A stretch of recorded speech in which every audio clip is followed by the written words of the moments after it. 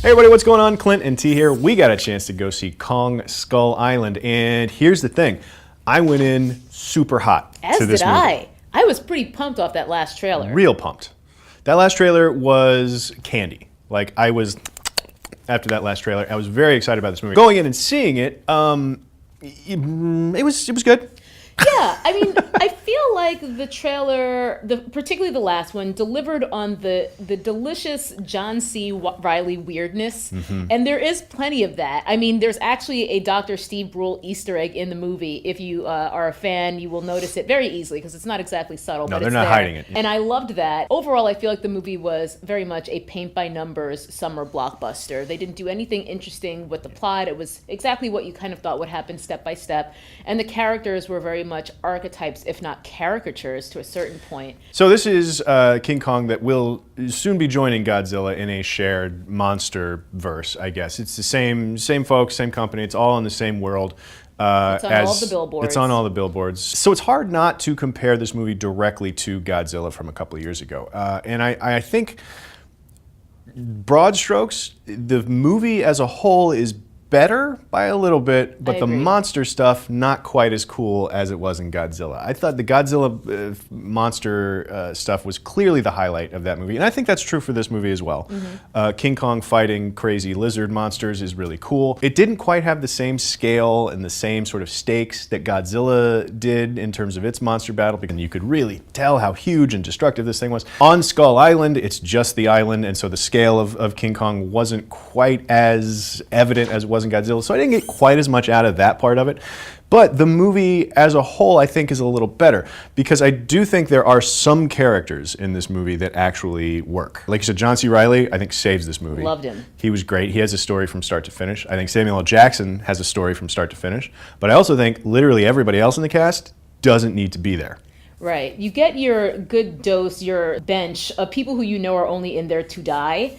But then there's still a good dozen to Baker's dozen number of characters where it's just like, I don't need to know this about you. Right. Who cares? So what? Who cares? Hiddleston doesn't need to be there. No.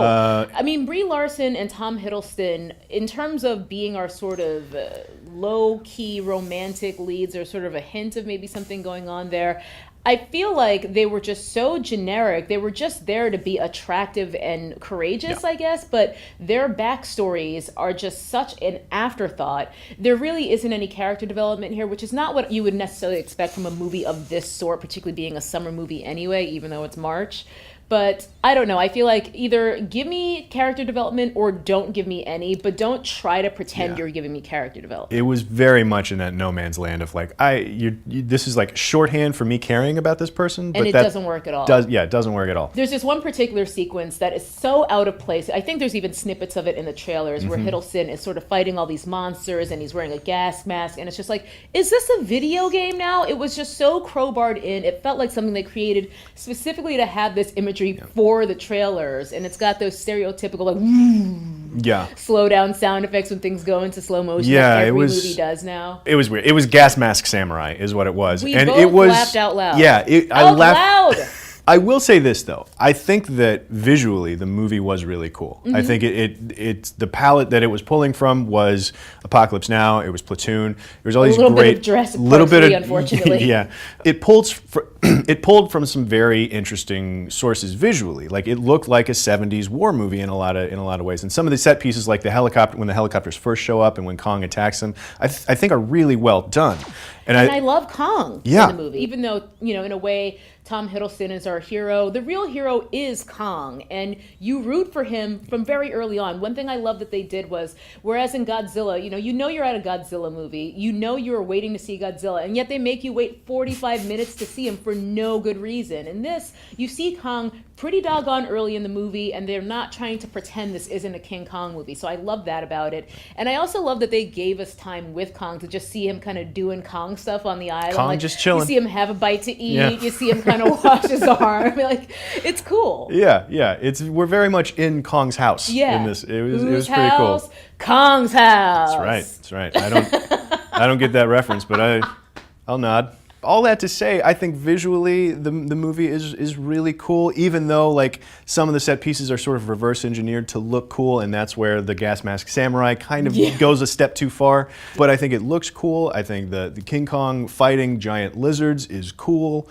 John C. Reilly is cool. If this movie had just been John C. Reilly versus Samuel L. Jackson in the backdrop of King Kong, that would have been great. It would have been a lot tighter and cleaner. Yeah, it would have been great. I mean, Hiddleston, I love him. Brie Larson, I think, is very good. Didn't need either one of them in this movie.